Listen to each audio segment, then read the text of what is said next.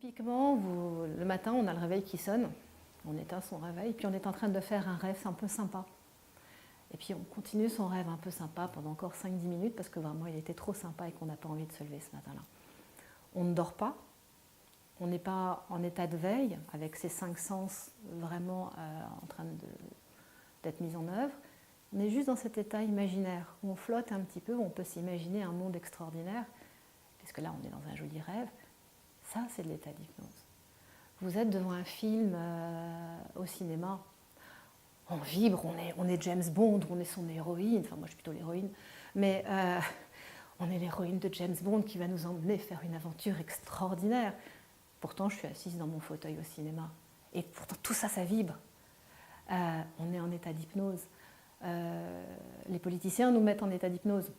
On est tous à fond pour notre candidat, et c'est bien en ce moment, c'est un peu d'actualité. On est en état d'hypnose avec notre candidat, et puis on déteste l'autre. L'autre, c'est l'ennemi. On est comme dans un film. Alors que finalement, on est autant hypnotisé par celui-là que par les autres.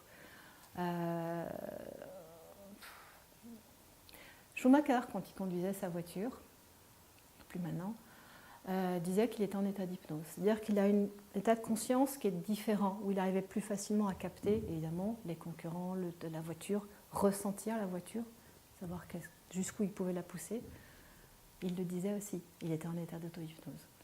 Donc c'est un état, moi je suis en scooter, puisque j'habite à Saint-Germain, que je vais à Paris le matin, je suis en auto-hypnose en scooter. Ce qui ne veut pas dire que j'ai les yeux fermés, parce que je ne pense pas que je vivrai très longtemps les yeux fermés sur un scooter sur la 13.